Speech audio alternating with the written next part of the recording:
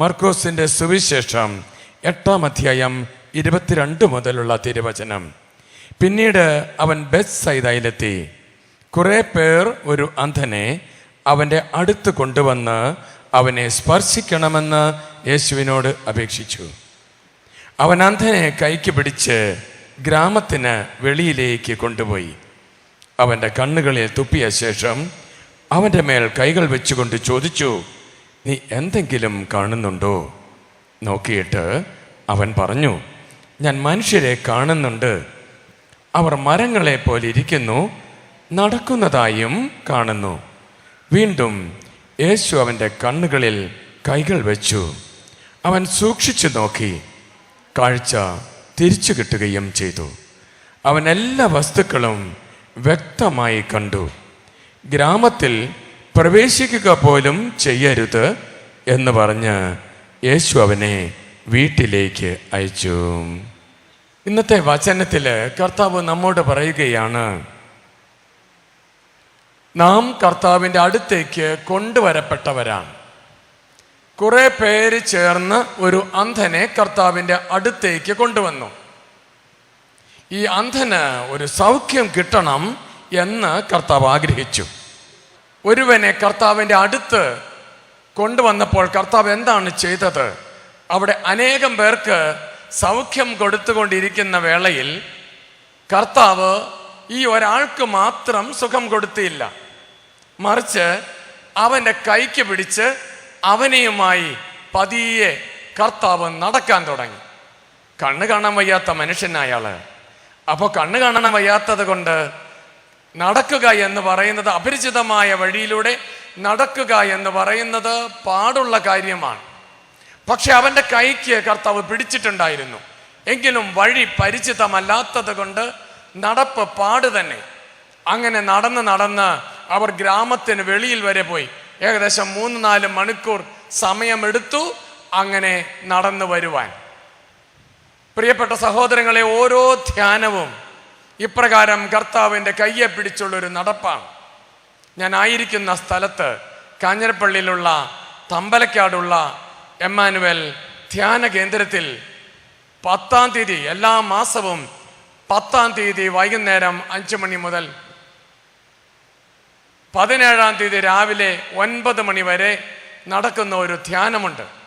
ആ ധ്യാനം മദ്യപാനികൾക്ക് വേണ്ടിയും മയക്കുമരുന്നെടുത്തവർക്ക് വേണ്ടിയും മാത്രമുള്ളതാണ്. ആ ധ്യാനത്തിൽ മദ്യം കഴിച്ചു വരുന്നവരെ പലരും ചേർന്നാണ് അവിടെ കൊണ്ടുവരിക. അതുപോലെ തന്നെ പലരും ചേർന്നാണ് ഇവർക്ക് വേണ്ട പരിചരണങ്ങൾ നടത്തുക. മരുന്നില്ലാതെ തമ്പുരാന്റെ ശക്തി കൊണ്ട്, വചനത്തിൻ്റെ ശക്തി കൊണ്ട്, വിശുദ്ധ കുർബാനയുടെ അഭിഷേകം കൊണ്ട് ആളുകൾ സുഖം പ്രാപിക്കുന്നത് കാണുവാനാകുന്നു. ആ ശുശ്രൂഷ പ്രിയ സഹോദരങ്ങളെ ഒരിടത്ത് മാത്രമല്ല, പലയിടത്തായി നടക്കുന്നുണ്ട്. ഇവിടെയും വിശ്വസിച്ച് സന്നിഹിതരാകുന്നവർക്ക് അത്ഭുതകരമായ വിടുതൽ ഈ ഏകദിനത്തിലും അതുപോലെ തന്നെ ഇവിടെയുള്ള ആന്തരിക സൗഖ്യ ധ്യാനത്തിലും നൽകപ്പെടുന്നുണ്ട് എന്ന് ഞാൻ കേട്ട് അറിഞ്ഞിട്ടുണ്ട്. അതോടൊപ്പം നാം എല്ലാവരും കരുതുക, കർത്താവ് നമ്മുടെ കയ്യെ പിടിച്ചുകൊണ്ട് നടക്കുകയാണ്. അവൻ്റെ വചനത്തിലൂടെ, അവൻ്റെ മാർഗത്തിലൂടെ, അവിടുന്ന് തെളിയിച്ചു തരുന്ന പുതിയ ചിന്തകളിലൂടെ നടക്കുവാൻ ഒരു മനസ്സ് വയ്ക്കണം. എന്നാൽ നടന്ന് വളരെ അവശനായ ഈ മനുഷ്യൻ നടക്കുന്ന സമയത്ത് തൻ്റെ കയ്യെ പിടിച്ച ദൈവത്തോട്, തൻ്റെ കയ്യെ പിടിച്ചുകൊണ്ട് നടത്തുന്ന മനുഷ്യനോട് വളരെ അധികം എതിർപ്പിലാണ് നടക്കുക. വചനം കേട്ടുകൊണ്ടിരിക്കുന്നതും വചനബദ്ധമായിട്ടുള്ള ഒരു യാത്ര നടത്തുന്നതും വചനത്തിൽ നിറഞ്ഞു നിന്നുകൊണ്ട് വിശുദ്ധ ജീവിതം കാഴ്ചവെച്ച് മുന്നേറുന്നതുമെല്ലാം ചില സമയങ്ങളിൽ നമുക്ക് മടുപ്പായി തോന്നിയേക്കാം. പക്ഷേ അവൻ്റെ കയ്യെ പിടിച്ചുള്ള നടപ്പ് നമ്മളല്ല, അവൻ നമ്മുടെ കയ്യെ പിടിച്ചുകൊണ്ടാണ് നമ്മെ നടത്തുന്നത്. യെശയ്യാ 41:13 അതുപോലെ തന്നെ പറയുന്നുണ്ട്, കർത്താവ് നിന്റെ വലതുകരം പിടിച്ചിരിക്കുന്നു, ഭയപ്പെടണ്ട, ഞാൻ നിന്നെ സഹായിക്കാം. ഈ ഓൺലൈനിൽ കേട്ടുകൊണ്ടിരിക്കുന്ന ഓരോ വ്യക്തിയും ഹൃദയത്തിൽ ഇപ്രകാരം പറയുക, ഭയപ്പെടണ്ട, ഞാൻ നിന്നെ സഹായിക്കാം. കർത്താവ് നിന്നെ സഹായിക്കാൻ നിന്നോട് കൂടെയുണ്ട്. ഇവിടെ ഇരിക്കുന്ന ഓരോ വ്യക്തിയും തൊട്ടടുത്തിരിക്കുന്ന ആളോട് പറയട്ടെ, ഭയപ്പെടണ്ട, ഞാൻ നിന്നെ സഹായിക്കാം. കർത്താവ് നിന്നോട് അരുൾ ചെയ്യുകയാണ്, ഭയപ്പെടണ്ട, ഞാൻ നിന്നെ സഹായിക്കാം. ഭയപ്പെടണ്ട, ഞാൻ നിന്നെ സഹായിക്കാം. ഈ വചനം നിറഞ്ഞ മനുഷ്യൻ നടക്കുന്ന വഴിക്ക് വചനം തമ്പുരാൻ കൊടുത്തുകൊണ്ടിരുന്നു. വചനം നിറഞ്ഞ മനുഷ്യൻ ഉള്ളിൽ വചനം നിറയ്ക്കുന്നില്ല, മറിച്ച് നടക്കുന്നതിൻ്റെ കഷ്ടപ്പാടോർത്ത് വിശ്വാസത്തിൽ ഇത്തിരി കുറവ് സംഭവിച്ചു പോയി. നാം അറിയുക, നാം ആഗ്രഹിച്ച കാര്യം നടക്കുന്നില്ലെങ്കിൽ കർത്താവിനോടൊപ്പം നടക്കാൻ നമുക്കും പാടാണ്. നാം ചോദിച്ച കാര്യം നടന്നില്ല, നാം ആഗ്രഹിച്ച കാര്യം നടന്നില്ല എന്നതുകൊണ്ട് നാം ആരും പുറകോട്ട് പോവല്ല. നമ്മുടെ കൈ കർത്താവിൻ്റെ അടുത്ത് തന്നെ വെച്ചേക്കണം. കർത്താവിൻ്റെ ആ പിടുത്തം നമ്മുടെ മേലുണ്ട് എന്ന് വിശ്വസിച്ചുകൊണ്ട് നാം ഓരോ ദിവസവും യാത്ര ചെയ്യണം. അങ്ങനെ യാത്ര ചെയ്യുമ്പോൾ അത്ഭുതകരമായ ആ നടത്തത്തിന് വലിയ ഫലമുണ്ടാവും. ഈ മനുഷ്യനെ ഗ്രാമത്തിന് വെളിയിൽ കൊണ്ടുപോയി എന്ന് പറഞ്ഞാൽ ആയിരിക്കുന്ന അവസ്ഥ വിട്ട് അവനെ അന്ധതയിലേക്ക് നയിച്ച അവൻ്റെ ജീവിത സാഹചര്യങ്ങൾക്ക് പുറത്തേക്ക് കൊണ്ടുവന്നു. അവൻ്റെ കൂട്ടുകെട്ടിന് പുറത്തേക്ക്, അവൻ്റെ തകർച്ചയുടെ കൂടാരത്തിന് പുറത്തേക്ക്, അവൻ ആർജിച്ചെടുത്ത ചില തഴക്ക മേഖലകളുടെ പുറത്തേക്കുള്ളൊരു നടത്തിപ്പായിരുന്നു അവൻ്റെ കയ്യെ പിടിച്ചുള്ള ദൈവത്തിൻ്റെ യാത്ര. നമ്മുടെയും കയ്യെ പിടിച്ച് ദൈവം ഇപ്രകാരം നടക്കുന്നത് ഒരു ഗ്രാമത്തിന് വെളിയിലേക്കാണ്, ഒരായിരിക്കുന്ന തഴക്കത്തിൻ്റെ വെളിയിലേക്കാണ്. ഒരു തഴക്കം വിട്ടുപോകുന്നതിന് വേണ്ടി എന്താണ് ചെയ്യുന്നത്, എന്താണ് ചെയ്യേണ്ടത് എന്നാണ് ഇന്നത്തെ വചനത്തിൽ നാം കേൾക്കുക. അറിയുക പ്രിയ സഹോദരങ്ങളെ, മദ്യത്തിൽ നിന്നോ, മയക്കുമരുന്നിൽ നിന്നോ, ചീട്ടുകളിൽ നിന്നോ, പുകവലിയിൽ നിന്നോ, അതുപോലെ തന്നെ ലോട്ടറി എടുക്കുന്നതിൽ നിന്നോ, ചൂതാട്ടത്തിൽ നിന്നോ ഒന്ന് പിന്തിരിഞ്ഞു വരണമെങ്കിൽ, വീണ്ടും നാം കണ്ടുകൊണ്ടിരിക്കുന്ന ചില ചിത്രങ്ങളിൽ നിന്നോ, ഉപയോഗിച്ചുകൊണ്ടിരിക്കുന്ന മൊബൈലിന്റെ ദുരുപയോഗത്തിൽ നിന്നോ ഒന്ന് പുറത്തു വരണമെങ്കിൽ അത്ര എളുപ്പമല്ല. കർത്താവിൻ്റെ കയ്യിൽ നാം ഒന്ന് നമ്മെ തന്നെ പിടിക്കാനായിട്ട് കർത്താവിൻ്റെ കൈകളിലേക്ക് നമ്മുടെ കൈ ഉയർത്തി കൊടുക്കണം. കർത്താവ് നമ്മുടെ കയ്യിൽ പിടിക്കട്ടെ, എന്നിട്ട് അവനോടൊപ്പം നടക്കാൻ തുടങ്ങണം. ആ നടത്ത എങ്ങനെയാണെന്നാണ് ഇന്ന് വചനത്തിൽ നിങ്ങളോട് പങ്കുവയ്ക്കുക. അതെ, ഇത് സാധിക്കുന്ന ഒന്നാണ്. പ്രലോഭനങ്ങളെ അതിജീവിക്കാൻ നമുക്ക് പറ്റും. പ്രലോഭനങ്ങളെ അതിജീവിച്ച് പ്രതിസന്ധികളെ മറികടന്ന് മുൻപോട്ട് പോകുവാൻ കർത്താവ് നമ്മെ സഹായിക്കും. വലതുകരം ഉയർത്തി ചേർന്ന് കർത്താവിന് നന്ദിപൂർവ്വം ഒരു ഹല്ലേലൂയ പറഞ്ഞേ. ഹല്ലേലൂയ. പ്രിയ പൊന്നു സഹോദരങ്ങളെ, കർത്താവ് നമ്മെ ശക്തിപ്പെടുത്തട്ടെ. കർത്താവ് ഗ്രാമത്തിന് വെളി കൊണ്ടുപോയിട്ട് അവൻ്റെ കണ്ണുകളെ സ്പർശിച്ചു, അവനെ തൊട്ട് സുഖപ്പെടുത്തി. എന്നിട്ട് അവനോട് ചോദിച്ചു, നീ എന്ത് കാണുന്നുണ്ട്, നീ എന്ത് കാണുന്നുണ്ട് എന്ന് ചോദിച്ച ചോദ്യത്തിന് അവൻ മനസ്സിൽ തോന്നിയ കുറെ ചീത്ത വർത്തമാനമാണ് മറുപടിയായിട്ട് പറഞ്ഞത്. ഒന്നാമത് പറഞ്ഞു, ഞാൻ കാണുന്നുണ്ട്, മരങ്ങളെപ്പോലെ മനുഷ്യരെ കാണുന്നുണ്ട്. ഒക്കെ മരങ്ങളാണ്, മനുഷ്യരെ കാണുന്നുണ്ട്, അവരൊക്കെ മരങ്ങളാണ്. തൻ്റെ കണ്ണ് വയ്യ എന്ന കാര്യവും, തനിക്ക് ബുദ്ധിമുട്ടുണ്ടെന്ന കാര്യവും, തനിക്ക് ക്ലേശമുണ്ടെന്ന കാര്യവും മനസ്സിലാക്കാത്ത ഒരുവനാണ് തൻ്റെ കയ്യെ പിടിച്ചുകൊണ്ട് ഇത്ര നേരം നടന്നത് എന്ന വേദനയിൽ നിന്നുകൊണ്ട് ആ മനുഷ്യൻ പറയുകയാണ്, ഞാൻ കാണുന്നുണ്ട്, മരങ്ങളെ കാണുന്നുണ്ട്, മനസ്സിലാക്കാത്ത മനുഷ്യരെ കാണുന്നുണ്ട്. ഇതല്ലേ നമ്മൾ ഇടയ്ക്ക് പറയുന്നത്? നമ്മുടെ കുടുംബത്തിലുള്ള അംഗങ്ങളെക്കുറിച്ച്, നമ്മുടെ മാതാപിതാക്കളെക്കുറിച്ച്, ജീവിത പങ്കാളിയെക്കുറിച്ച്, മക്കളെക്കുറിച്ച്, മാതാപിതാക്കളെക്കുറിച്ച് പങ്കുവെക്കുന്നത് ഇങ്ങനെ തന്നെയല്ലേ? കാണുന്നുണ്ട്, ഒക്കെ നടക്കുന്നുണ്ട്, മനുഷ്യരെ കാണുന്നുണ്ട്, അവരൊക്കെ മരങ്ങളാ. പക്ഷെ ഒരു നന്മയവനുണ്ടായിരുന്നു, അവൻ പറഞ്ഞു, ഒക്കെ നടക്കുന്നുണ്ട് കേട്ടോ, അവര് നടക്കുന്നൊക്കെയുണ്ട്. പക്ഷെ ഇത് നിറഞ്ഞ ഒരു വാക്കായിരുന്നു. ഇത് നമ്മുടെ ഹൃദയത്തിൽ നിന്ന് ഇടയ്ക്ക് വരുന്ന ഒരു തിന്മയുടെ വാക്കാണ്, ഒരു പെറുപെറുപ്പാണ്. ഒക്കെ ഇങ്ങനെ നടക്കുകയാണ്. പ്രിയ സഹോദരങ്ങളെ, കർത്താവ് ഇതിന് സങ്കടമുണ്ടാക്കി, ഒരുപാട് പ്രയാസമായി. കർത്താവ് അവനെ ഒന്നുകൂടെ സുഖപ്പെടുത്താനായിട്ട് നിശ്ചയിച്ച് അവന്റെ കണ്ണിലേക്ക് സൂക്ഷിച്ചു നോക്കി. അവന്റെ കണ്ണിലേക്ക് സൂക്ഷിച്ചു നോക്കി. ഈ മനുഷ്യൻ എപ്പോൾ ദൈവത്തിന്റെ കണ്ണിലേക്ക് സൂക്ഷിച്ചു നോക്കിയോ അപ്പോഴാണ് അവൻ സൗഖ്യത്തിലേക്ക് വന്നത്. അവൻ ഉറക്കെ പറഞ്ഞു, എനിക്ക് കാണാം. ഈ കാഴ്ച വരണമെങ്കിൽ അവന്റെ കണ്ണിലോട്ട് നോക്കണം. കർത്താവിന്റെ കണ്ണിലോട്ട് നമുക്ക് സ്നേഹപൂർവ്വം നോക്കാൻ പറ്റണം. കർത്താവ് നമ്മെ തൊട്ട് സുഖപ്പെടുത്താൻ എന്തുമാത്രം ത്യാഗമെടുക്കുന്നു, എത്രമാത്രം സഹനത്തോടുകൂടെ നടക്കുന്നു. തിരക്കുകൾ വിട്ടിട്ട് ഈ ഒരുവനെയുമായിട്ട് ഗ്രാമത്തിന് പുറത്തു വരെ നടക്കണമെങ്കിൽ എത്രമാത്രം സമയമെടുത്തിട്ടുണ്ട്. പ്രിയപ്പെട്ടവരെ, അതുപോലെ നമ്മെ ഓരോരുത്തരെയും വീണ്ടെടുക്കാൻ വേണ്ടി നമ്മുടെ പുറകെ വരുന്ന കർത്താവിന്റെ കൂടെയാണ് ഞാനും നിങ്ങളും നടക്കുന്നത്. കരമടിച്ച് തമ്പുരാനൊന്ന് നന്ദി പറഞ്ഞേ. തമ്പുരാന്റെ കരുണ നമ്മിൽ നിറയട്ടെ, ശക്തിയും അഭിഷേകവും നമ്മിൽ നിറയട്ടെ. പ്രിയ സഹോദരങ്ങളെ, കർത്താവ് വലിയ സന്തോഷമുള്ളവനായി. കർത്താവ് സന്തോഷമുള്ളവനായതിന് കാരണം ഇവൻ പറഞ്ഞു, എനിക്ക് കാണാം. കർത്താവിൻ്റെ കണ്ണിലേക്ക് നോക്കിയപ്പോൾ കരുണയോടുകൂടെ നോക്കുന്ന കർത്താവിനെ കണ്ടു, സ്നേഹമുള്ള ഒരു കർത്താവിനെ കണ്ടു. അവിടുത്തെ വിസ്മയകരമായ പ്രവൃത്തികളെ കുറിച്ച് കണ്ടറിയുന്നതിന് അത് കാരണമായി തീർന്നു. അപ്പോൾ പൊന്നുകളെ, വലിയ സ്നേഹത്തോടെ നിങ്ങളോട് പങ്കുവയ്ക്കട്ടെ, നാം കർത്താവിൻ്റെ കണ്ണിലോട്ട് നോക്കണം. വേദനകളിലേക്ക് നോക്കുന്നു, മുറിവുകളിലേക്ക് നോക്കുന്നു, ഭാരങ്ങളിലേക്ക് നോക്കുന്നു, ആകുലതകളിലേക്ക് നോക്കുന്നു. അപ്പോൾ കർത്താവ് പറയാണ്, നീ അതിങ്ങോട്ട് കൊണ്ടുവാ, ഞാൻ നിനക്ക് ഭാരം കുറഞ്ഞ മുഖം തരാം. അവന്റെ കണ്ണിലോട്ടാണ് നമുക്ക് നോക്കാനുള്ളത്. വലതുകരം ഉയർത്തി ചേർന്ന് വിശ്വസിച്ച് ഒരു ഹല്ലേലൂയ പറഞ്ഞേ. ഹല്ലേലൂയ. വീണ്ടും കർത്താവ് അതിശയകരമായ വിധത്തിൽ ഇവനോട് 2 കാര്യങ്ങൾ പറഞ്ഞു. ഒരു തഴക്കത്തിൽ നിന്ന് വീണ്ടെടുക്കാൻ സമയമെടുക്കും. കർത്താവിനോടൊപ്പം നടക്കാൻ, ചില കാര്യങ്ങൾ വിട്ടുകളഞ്ഞ് നടക്കാൻ തീരുമാനമെടുക്കണം. അവൻ ഗ്രാമത്തെ വിട്ട് തമ്പുരാന്റെ കൂടെ നടക്കാൻ തുടങ്ങിയപ്പോൾ നടപ്പ് തന്നെ ബുദ്ധിമുട്ടായിട്ട് അവന് തോന്നിയെങ്കിലും അവൻ ഗ്രാമത്തിന് പുറത്ത് വരെ ചെന്നപ്പോൾ അവനിലേക്ക് കർത്താവിന്റെ കൃപ ഒഴുകി എത്തി. ഇതുപോലെ നാമും നടക്കണം, നമ്മുടെ തഴക്കങ്ങളെ വിട്ട്, നമ്മുടെ കുറവുകളെ വിട്ട്. അപ്പോൾ കർത്താവ് നമ്മെ തൊടാൻ തുടങ്ങും, നമ്മെ സൗഖ്യപ്പെടുത്താൻ തുടങ്ങും. എന്നിട്ട് അവനോട് 2 കാര്യം പറഞ്ഞു. ഒന്ന്, നീ ഗ്രാമത്തിലോട്ട് പോവരുത്. വീണ്ടും നിനക്ക് കാഴ്ചപ്പാട് കളയുന്ന, നിന്റെ കണ്ണിന് കാഴ്ച കെടുത്തി കളയുന്ന, നിന്റെ ഹൃദയത്തിന്റെ ശോഭ നഷ്ടപ്പെടുത്താൻ സാധ്യതയുള്ള, നിന്റെ വിശുദ്ധി നഷ്ടപ്പെടുത്താൻ സാധ്യതയുള്ള, നിന്റെ പുണ്യത്തെ തകർത്ത് കളയാൻ സാധ്യതയുള്ള മേഖലയിലേക്ക് നീ തിരികെ പോവരുത് എന്ന് കർത്താവ് സ്നേഹത്തോടെ നിന്നോട് പങ്കുവയ്ക്കുകയാണ്. രണ്ടാമതായിട്ട് പറഞ്ഞു, നീ വീട്ടിലോട്ട് മടങ്ങണം. എവിടോട്ടാ മടങ്ങണ്ടേ? എങ്ങോട്ടാ പോവേണ്ടത്? വീട്ടിലോട്ട് പോവണം. നീ വീട്ടിലോട്ട് മടങ്ങണം. എവിടോട്ടാ പോവണ്ടേ? നമ്മുടെ വീട്ടിലോട്ട് മടങ്ങണം. എന്താണെന്നറിയാവോ? നീ നിന്റെ കടമകളിലേക്ക് മടങ്ങണം. ഒരു കുടുംബിനി എന്ന നിലയിൽ, ഒരു അച്ഛൻ എന്ന നിലയിൽ, ഒരു അപ്പൻ എന്ന നിലയിൽ, ഒരു പിതാവ് എന്ന നിലയിൽ, ഒരു മാതാവ് എന്ന നിലയിൽ, മകൻ എന്ന നിലയിൽ നാം ചെയ്യേണ്ട കടമകളിലേക്ക് മടങ്ങണം.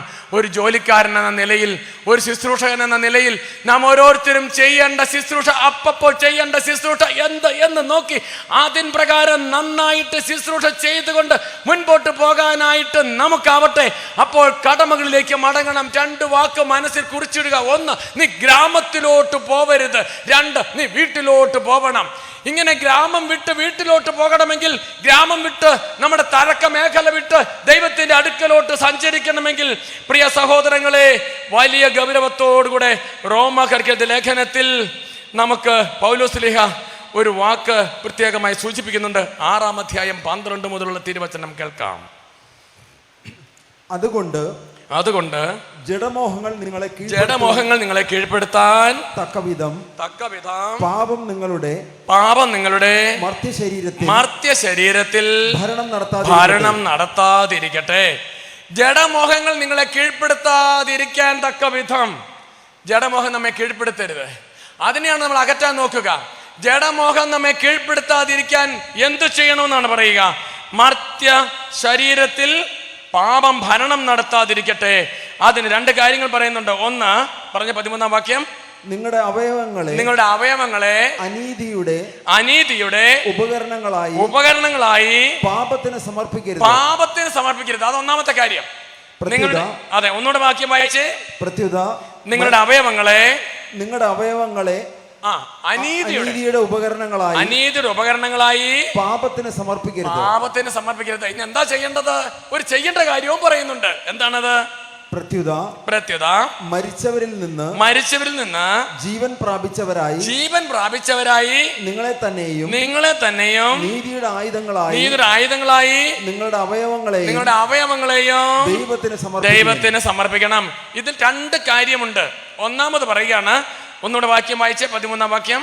നിങ്ങളുടെ അവയവങ്ങളെ അനീതിയുടെ ഉപകരണങ്ങളായി പാപത്തിന് സമർപ്പിക്കരുത്. ഇങ്ങനെ പാപത്തിന് സമർപ്പിക്കാതിരിക്കണമെങ്കിൽ രണ്ട് കാര്യങ്ങൾ. ഒന്ന്, പ്രത്യുത മരിച്ചവരിൽ നിന്ന് ജീവൻ പ്രാപിച്ചവരായി നിങ്ങളെ തന്നെ ഒന്ന് സമർപ്പിക്കണം. നിങ്ങളെ തന്നെ സമർപ്പിക്കണം. മരിച്ചവരിൽ നിന്ന് ജീവൻ പ്രാപിച്ച, പാപത്തിന് മരിച്ച് ദൈവത്തിന് പ്രസാദമുള്ള അവസ്ഥയിലേക്ക് നാം ജനിച്ചിരിക്കുന്നു, ജീവിച്ചിരിക്കുന്നു. അതുകൊണ്ട് അങ്ങനെ നാം ജീവിച്ചവരായി നിരന്തരമായി തമ്പുരാന്റെ സന്നിധിയിൽ നന്ദി പറഞ്ഞൊരു സമർപ്പണം നടത്തണം. രണ്ടാമതൊന്നുകൂടെ പറയുന്നു, നീതിയുടെ ആയുധങ്ങളായി നിങ്ങളുടെ അവയവങ്ങളെ സമർപ്പിക്കണം. നീതിയുടെ ആയുധങ്ങളായി സമർപ്പിക്കണം. സ്നേഹം, ആനന്ദം, സമാധാനം, ക്ഷമ, ദയ, നന്മ, വിശ്വസ്തത, കാരുണ്യം, അങ്ങനെ പ്രിയപ്പെട്ടവരെ വിശ്വസ്തത എന്നിവയിലൂടെ നമ്മുടെ ജീവിതത്തെ തമ്പുരാന് സമർപ്പിച്ചുകൊണ്ട് മുൻപോട്ട് പോകുവാൻ നമുക്ക് കടപ്പാടുണ്ട്. അപ്പോൾ ലൂക്കായുടെ സുവിശേഷത്തില് നമ്മൾ ലൂക്കായുടെ സുവിശേഷത്തിൽ 2-ാം അധ്യായം 34-ാമത് തിരുവചനം, 21-ാം അധ്യായം, ലൂക്കായുടെ സുവിശേഷത്തിൽ 21-ാം അധ്യായം 34-ാമത് തിരുവചനത്തിൽ പറയുന്നു, ഇരുട്ട് ബാധിക്കാൻ, അന്ധകാരം വരാൻ നമ്മുടെ ജീവിതത്തിൽ നിന്ന് ചില കാര്യങ്ങൾ ഒന്ന് സൂക്ഷ്മതയോടെ അകറ്റിവെക്കാൻ ശ്രദ്ധിക്കണം. കേൾക്കാം. സുഖലോലുപത, മദ്യാസക്തി, ജീവിത വ്യഗ്രത എന്നിവയാൽ നിങ്ങളുടെ മനസ്സ് ദുർബലമാവുകയും ആ ദിവസം ഒരു കെണി പോലെ പെട്ടെന്ന് നിങ്ങളുടെ മേൽ വന്ന് വീഴുകയും ചെയ്യും. 3 കാര്യങ്ങളാണ്. ഒന്നുകൂടെ കേൾക്കാം. സുഖലോലുപത, അതാണ് നമ്മുടെ ജീവിതത്തെ കെടുത്തുക. സുഖലോലുപത, മദ്യാസക്തി, ജീവിത വ്യഗ്രത, ഇവയാൽ ഒരുവന്റെ മനസ്സ് ദുർബലമാവുകയും ആ ദിവസം, ദൈവം നഷ്ടപ്പെട്ടു പോകുന്ന ദിവസം, ഒരു കെണി പോലെ വന്ന് വീഴുകയും ചെയ്യും. ഈ എലിക്കണി വീഴുന്നത് അവിടെ ഒരു ഭക്ഷണ സാധനം ഇരിപ്പുണ്ടെന്ന് കണ്ടിട്ടാ. അത് മണം കൊണ്ടും അതിൻ്റെ കാഴ്ച കൊണ്ടും ആകർഷണം വന്നിട്ട് എലി ആ കെണിയിൽ ചെന്ന് പെട്ടു. കെണിയിൽപ്പെട്ട എലിക്ക് കെണിയിൽ നിന്ന് പുറത്തു വരാൻ പറ്റുന്നില്ല. ഇതുപോലെ തന്നെ നമ്മെ ദൈവത്തിൽ നിന്ന് അകറ്റിക്കളയുന്ന ഒരു 3 കാര്യങ്ങളാണിവ. പ്രിയപ്പെട്ടവരെ, ഇത് 1-ാം പ്രമാണത്തിന് എതിരായിട്ടാണ് വരിക. മദ്യപിച്ചാൽ എന്നാ കുഴപ്പമെന്ന് ചോദിച്ചേക്കാം. വ്യഭിചരിച്ചാൽ എന്താ കുഴപ്പമെന്ന് ചോദിച്ചേക്കാം. ജഡത്തിൻ്റെ ദുർമോഹങ്ങൾക്ക് അടിമപ്പെട്ട് മുൻപോട്ട് പോകുമ്പോൾ എന്താ കുഴപ്പമെന്ന് ചോദിച്ചേക്കാം. പക്ഷേ ഈ 3ഉം നമ്മുടെ ജീവിതത്തെ ദുർബലപ്പെടുത്തുന്ന ഘടകങ്ങളാണ്. വ്യഭിചാരം, മദ്യപാനം, ജീവിത വ്യഗ്രത. ഇവയാൽ ഒരുവന്റെ മനസ്സ് ദുർബലമാവുകയാണ്. അവന് മനസ്സിലേക്ക് വൈരാഗ്യത്തെ കയറി വരും. ഈ 3 കാര്യം ഉണ്ടാകുമ്പോൾ കുടുംബത്തിൽ കഴക്കമായി, പ്രയാസമായി. നമുക്ക് വ്യഭിചാരമാവട്ടെ, മദ്യപാനമാവട്ടെ, ജീവിത വ്യഗ്രതയാവട്ടെ ഉണ്ടാകുമ്പോൾ ഒരുവനിൽ ആദ്യം വരുന്നത് അലസതയാണ്. മൂലപാപം അവനിൽ കയറി പിടിക്കാൻ തുടങ്ങുകയാണ്. ഈ അലസതയുടെ ബാക്കി പത്രമായി അവൻ കോപാകുലനായി തീരുകയാണ്, അസഹിഷ്ണുവായി തീരുകയാണ്. തൻ്റെ ചിന്തകൾക്ക് ഭംഗം വരുത്തുന്ന, തൻ്റെ പ്രവൃത്തികൾക്ക് കുറ്റപ്പെടുത്തുന്ന എല്ലാവരോടും എതിർപ്പുള്ളവനായിട്ട് അയാൾ രൂപപ്പെടാൻ തുടങ്ങും. സാവകാശം അയാൾ തൻ്റെ സംഭാഷണ രീതികൾ വഴക്കിലെത്തിക്കുകയാണ്. അത് വളർന്ന് അസ്വസ്ഥതയിലേക്ക് പോയിട്ട് അവിടെ പ്രിയപ്പെട്ടവരെ അത് വേർപിരിയൽ വരെ എത്തുന്ന ഒരു ഘട്ടത്തിലേക്ക് പോകാം. ചിലർ സംശയത്തിലാണ്, ചിലർ നിരന്തരമായ വഴക്കിലാണ്. അബ്രഹാം വ്യഭിചാരം ചെയ്തു കഴിഞ്ഞപ്പോൾ ഹാഗാറുമായി പാപം ചെയ്തത് തൻ്റെ ഭാര്യയുടെ അറിവോടുകൂടിയാണ്. പക്ഷേ പാപം ചെയ്തപ്പോൾ നീണ്ട 13 വർഷം ദൈവം അബ്രഹാത്തിന്റെ ജീവിതത്തിൽ മിണ്ടിയില്ല. നീണ്ട 13 വർഷം ദൈവം അബ്രഹാത്തിന്റെ ജീവിതത്തിൽ മിണ്ടിയില്ല. എന്നിട്ട് ഇത് സമ്പത്ത് ഇട്ടുമൂടാനുണ്ടായിരുന്നു. ധാരാളമായ സംവിധാനങ്ങൾ ഉണ്ടായിരുന്നു. എല്ലാം തകർന്ന് ഒന്നുമില്ലാത്ത അവസ്ഥയിലേക്ക് ഈ 13 വർഷം കൊണ്ട് ചെന്നെത്തി. മുഴുവൻ തീർന്നു. അങ്ങനെല്ലാം തീർന്ന് കുടുംബത്തിൽ സുഖമില്ലാതായി, കുടുംബത്തിൽ നിരന്തരമായ വഴക്കായി. അത് തുടക്കം മുതൽ തന്നെ. ഇവളുമായി പാപം ചെയ്ത് ഏതാനും ദിവസം കഴിഞ്ഞപ്പോൾ കുടുംബകലഹമായി. ആ കുടുംബകലഹം മൂത്ത് അവളെ ഇറക്കി വിട്ടു. പക്ഷേ കർത്താവ് പറഞ്ഞു, പോകാൻ പറ്റില്ല, നീ ആ വീട്ടിൽ ചെല്ലണം, ആ വീട്ടിൽ പോയി നിൽക്കുക. വീണ്ടും ആ ഹാഗാർ തിരിച്ചു കയറി വരുന്നത് കണ്ടപ്പോൾ തീർന്നു പ്രശ്നം എന്ന് വരുതിയെടുത്ത് വീണ്ടും പ്രശ്നങ്ങൾ ആവർത്തിച്ച് ഉണ്ടായി. തകർന്ന് ഭാരപ്പെട്ടിരിക്കുന്ന അവൻ തമ്പുരാന്റെ സന്നിധിയിൽ കണ്ണീരോടെ പ്രാർത്ഥിക്കാൻ തുടങ്ങി. ദൈവമേ, എനിക്ക് ഇതിൽ നിന്ന് മോചനമില്ലേ? ഈ പാപത്തിൽ നിന്ന് എനിക്ക് വിടുതലില്ല, ഈ ചെയ്തികളിൽ നിന്ന് എനിക്ക് വിടുതലില്ല, എല്ലാം തകർന്നിരിക്കുന്നു എന്ന് നൊമ്പരപ്പെട്ടു പറഞ്ഞ അവന്റെ മുമ്പിൽ ഉൽപ്പത്തിയുടെ പുസ്തകം 17-ാം അധ്യായം 2-ാം വാക്യം നമുക്ക് കാണുകയാണ്. ദൈവം പ്രത്യക്ഷപ്പെട്ടിട്ട് അവനോട് പറഞ്ഞു, എന്റെ മുൻപാകെ വ്യാപരിക്കുക, കുറ്റമറ്റവനായിരിക്കുക. കർത്താവ് അവനോട് പറയുകയാണ്, എന്റെ മുൻപാകെ വ്യാപരിക്കുക, കുറ്റമറ്റവനായിരിക്കുക. ഈ ഒരു വാക്ക് കർത്താവ് ഇടയ്ക്കിടയ്ക്ക് നമ്മോട് പറയുന്നുണ്ട്. വ്യക്തിപരമായി നമ്മ ഓരോരുത്തരോടും പറയുന്നുണ്ട്, എന്റെ മുൻപാകെ വ്യാപരിക്കുക, കുറ്റമറ്റവനായിരിക്കുക. അപ്പൊ അബ്രഹാം ചെയ്തതുപോലെ ഒരു സാഷ്ടാംഗ പ്രണാമം ചെയ്യണം. സർവ്വതും സമർപ്പിച്ചുകൊണ്ടുള്ള ഒരു ജീവിതം ആരംഭിക്കണം. പൂർണ്ണ സമർപ്പണം.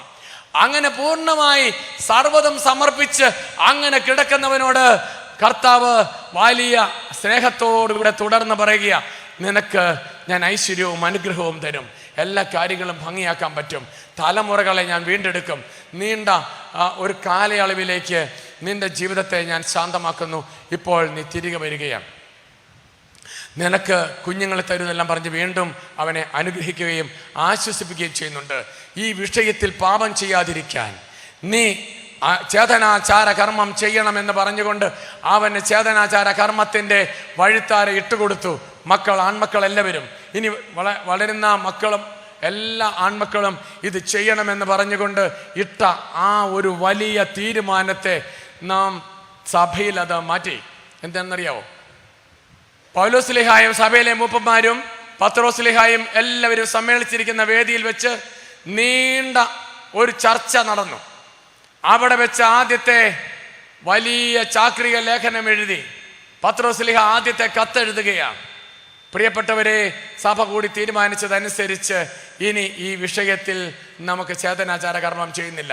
മാമോദിസ വെള്ളം വീണ പറന്ന കാരണത്താൽ നാം ശുദ്ധമായി മുൻപോട്ട് പോകും എന്ന് ഉറപ്പിച്ചുകൊണ്ട് ഈ കാര്യത്തിനൊരു ഇളവ് വരുത്തുകയാണ്. ചേതനാചാര കർമ്മം ഈ നടപടി പുസ്തകം നമ്മൾ കാണുകയാണ്.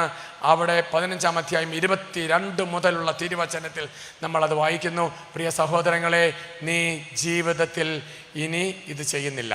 പിന്നീട് പറഞ്ഞു, കഴുത്ത് ഞെരിച്ച് കൊന്ന ജീവികളെ കഴിക്കാതിരിക്കുക, രക്തം കുടിക്കാതിരിക്കുക. ഇങ്ങനെല്ലാം പറഞ്ഞ് കർത്താവിന് മുൻപാകെ സമർപ്പിച്ചുകൊണ്ട് പത്രോസ്ലീഹ പുതിയ ചാക്രിക ലേഖനം എഴുതി.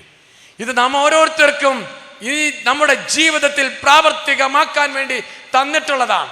ജീവിതം ജീവിക്കാനുള്ളതാ. അത് കർത്താവിനോട് കൂടി ആഘോഷമാക്കി കൊണ്ട് നടക്കാനുള്ളതാ. അപ്പം 1-ാം പ്രമാണത്തിനെതിരെ വരുന്ന തഴക്കങ്ങളെ മാറ്റുക എന്ന് പറയുന്നത് അത്ര എളുപ്പമല്ല.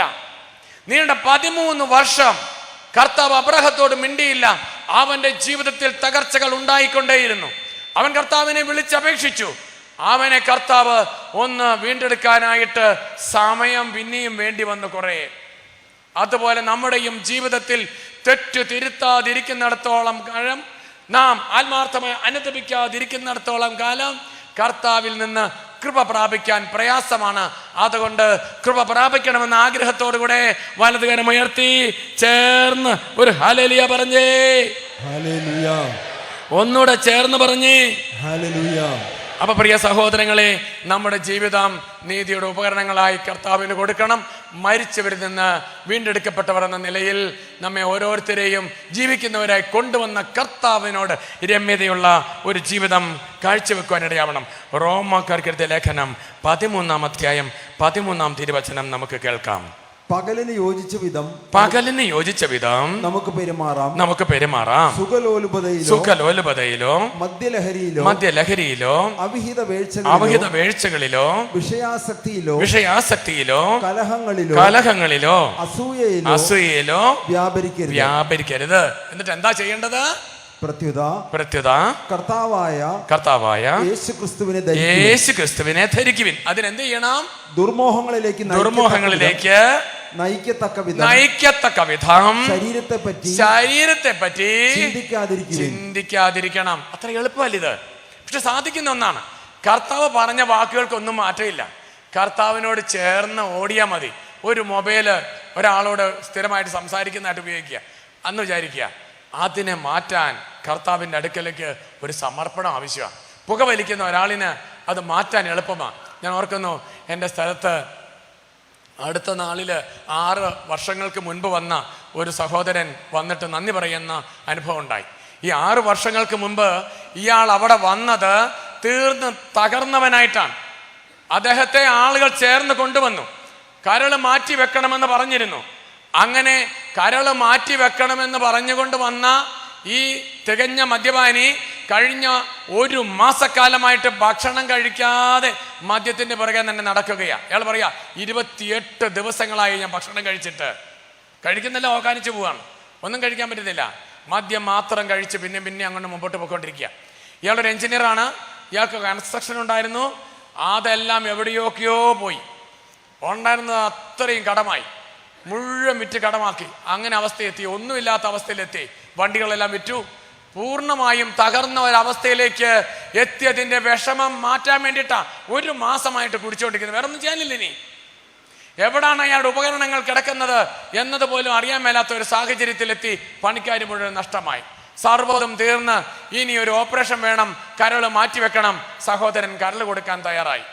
ആ അവസ്ഥയിൽ ഒരു ധ്യാനം കൂടാം എന്ന് പറഞ്ഞുകൊണ്ടാണ് ഈ മനുഷ്യൻ ധ്യാന കേന്ദ്രത്തിൽ വരുന്നത്. അപ്പൊ അങ്ങനെ വന്ന് ധ്യാനം കൂടുന്ന സമയത്ത് ഇയാൾ വന്ന് അവിടെ ധ്യാനം കൂടാനാണ് ഇരിക്കുന്നതെന്ന് വന്നപ്പോൾ ഇയാൾ പറഞ്ഞു, എനിക്ക് തിരിച്ചു പോകണം. അപ്പോഴാ ഭാര്യ പരിശുദ്ധ അമ്മയുടെ ആ പാദത്തെങ്കിലോട്ട് വീണിട്ട് പറഞ്ഞു, അമ്മേ, ഞാൻ ഇനി എങ്ങോട്ട് പോകും? എൻ്റെ ഭർത്താവ് ഇങ്ങനെയാണ് പെരുമാറുന്നതെങ്കിൽ അമ്മേ, ഞാൻ ഇനി എങ്ങോട്ട് പോകും? അദ്ദേഹത്തിൻ്റെ ജീവിതം തിരിച്ചു കിട്ടുമെന്ന് എനിക്ക് ഒരു പ്രതീക്ഷയില്ലല്ലോ അമ്മേ. ഓപ്പറേഷൻ പറഞ്ഞിരിക്കുമ്പോഴും ഇയാൾ മദ്യം നിർത്തുന്നില്ല. അതുകൊണ്ട് ഓപ്പറേഷൻ പറ്റില്ലെന്നാണ് ഡോക്ടർ പറയുന്നത്. ഇനി ഞാൻ എങ്ങോട്ട് പോകും അമ്മേ എന്ന് വേദനിക്കുന്ന മനുഷ്യൻ. ആ സമയത്ത് പ്രിയ സഹോദരങ്ങളെ, ഇയാള് ഞങ്ങൾ ട്രിപ്പിടാൻ കൊണ്ടുപോയി. നോക്കാം ഒന്നും പറഞ്ഞോടെ ഇയാളെ ട്രിപ്പിട്ടു. ഒന്നുകൂടെ കുറച്ച് ശരീരത്തിൽ ജലാംശം കൊടുത്തിട്ട് തിരിച്ചു കൊണ്ടുവന്നു. അങ്ങനെ തിരിച്ചു കൊണ്ടുവന്ന് ഈ ഭാര്യ ഇങ്ങനെ പ്രാർത്ഥിച്ചുകൊണ്ടിരിക്കുന്നത് കണ്ടിട്ട് ഇയാൾ പറഞ്ഞു, ഞാൻ 1 ദിവസം നിൽക്കാം. അങ്ങനെ അയാൾ 1 ദിവസത്തേക്ക് നിന്നു. അന്ന് ഭക്ഷണമൊക്കെ കോരി കൊടുക്കുകയാണ് ഇയാൾക്ക്. കുറച്ച് ഛർദ്ദിക്കുന്നുണ്ട് എങ്കിലും അങ്ങനെ നിർബന്ധിച്ച് കുറച്ച് ആഹാരമൊക്കെ കഴിച്ചു. പിറ്റേന്ന് വീണ്ടും ഒരു ട്രിപ്പ് കൂടി ഇട്ടു. അതിൻ്റെ പിറ്റേന്ന് മുതൽ പതിയെ ഇയാൾ ചലനം പിടിക്കാൻ തുടങ്ങി. സാധാ ട്രിപ്പ് ആയിട്ടുള്ള മരുന്നൊന്നും കൊടുത്തില്ല. അങ്ങനെ കാരണം ജലാംശമില്ലാതെ പോവുക. മദ്യം എടുത്താലും മയക്കുമരുന്ന് എടുത്താലും ശരീരത്തിൽ നിന്ന് വെള്ളം ഇല്ലാതെയാകും. ഇതുപോലെ മദ്യം അല്പമെങ്കിലും എടുത്താൽ അന്നേരം തന്നെ ഈ ഉള്ളിലെ ജല ഉൽപാദനം സ്റ്റോപ്പാകും. പിന്നെ ഈ വെള്ളം കൊടുക്കണം. മയക്കുമരുന്നായ ഈ മദ്യം കഴിക്കുക എന്നത് മാത്രമാണ് പിന്നെ ശരീരം ആവശ്യപ്പെടുക. അതുകൊണ്ട് മദ്യം കഴിച്ച അന്നേരം ട്രിപ്പ് ഇട്ടിട്ട് 2 ദിവസം ആശുപത്രി കിടന്ന് ശാന്തമായിട്ട് ഇവിടെ 26-ാം തീയതി മാസാവസാനത്തെ ധ്യാനത്തിന് ഓടി വരണം. കാരണം 1 പിടി മുറിവുകളുടെ കൂടാരമായിട്ട് അയാൾ അതിനോടകം മാറിക്കഴിഞ്ഞു. ഓടി ഇങ്ങോട്ട് വരണം. ഇവിടെ വന്ന് ഒരാഴ്ച തമ്പടിക്കണം. അങ്ങനെ ഒരാഴ്ച ഇവിടെ ഇരുന്ന് കഴിയുമ്പോൾ ഈ ധ്യാന കേന്ദ്രത്തിൽ നിന്ന് നിങ്ങൾ സൗഖ്യം പ്രാപിക്കും. കാരണം അവിടെ കാഞ്ഞിരപ്പള്ളിക്ക് അടുത്തുള്ള, കോട്ടയത്തിനടുത്തുള്ള ആ ധ്യാന കേന്ദ്രത്തിൽ ഞാൻ കാണുന്ന കാര്യമാണിത്. പ്രിയ സഹോദരങ്ങളെ, ഈ മനുഷ്യൻ ഓരോ ദിവസവും ആവേശത്തോടെ ധ്യാനം കൂടിക്കൊണ്ടിരുന്നു. 7-ാം നാളിൽ അയാൾ മനസ്സിലൊരു തീരുമാനമെടുത്തു. എൻ്റെ ശക്തി കൊണ്ടല്ല, എൻ്റെ മനസ്സുകൊണ്ടല്ല, ദൈവത്തിൻ്റെ ശക്തി കൊണ്ട് ഞാൻ ഇന്നേ ദിവസം മദ്യപിക്കില്ല. ഏതൊരു തഴക്കത്തിൽപ്പെട്ടയാളും സ്വയം മനസ്സിൽ എടുക്കേണ്ട ഒരു തീരുമാനമാണ്. എൻ്റെ കഴിവ് കൊണ്ടോ എൻ്റെ ശക്തി കൊണ്ടോ അല്ല, എൻ്റെ ദൈവത്തിൻ്റെ ശക്തിയാൽ ഇന്നേ ദിവസം ഞാൻ തഴക്കത്തിലേക്ക് പോവില്ല. ഇന്നേ ദിവസം ഞാൻ പുകവലിക്കില്ല. ഇന്നേ ദിവസം ഞാൻ മയക്കുമരുന്നെടുക്കില്ല. ഇന്നേ ദിവസം ഞാൻ ഫോൺ വിളിക്കില്ല. ഇന്നേ ദിവസം ഞാൻ TV കണ്ട് സമയം കളയില്ല. ഇന്നേ ദിവസം ഞാൻ അലസമായിരിക്കില്ല. വലതുകരം ഉയർത്തി ചേർന്ന് ഒരു ഹല്ലേലൂയ പറഞ്ഞേ. കണ്ണുകളുടെ ദുരാശ, ജഡത്തിന്റെ ദുരാശ, ജീവിതത്തിന്റെ അഹന്ത, ഇവയാൽ ഒരുവന്റെ മനസ്സ് ദുർബലമാവുകയും ദൈവം നഷ്ടപ്പെട്ടു പോകുന്ന ദിവസം ഒരു കെണി പോലെ നമ്മുടെ ജീവിതത്തിൽ വന്ന് വീഴുകയും ചെയ്യാമെന്ന് പൗലോസ് പറഞ്ഞിട്ട് പറയുകയാണ്.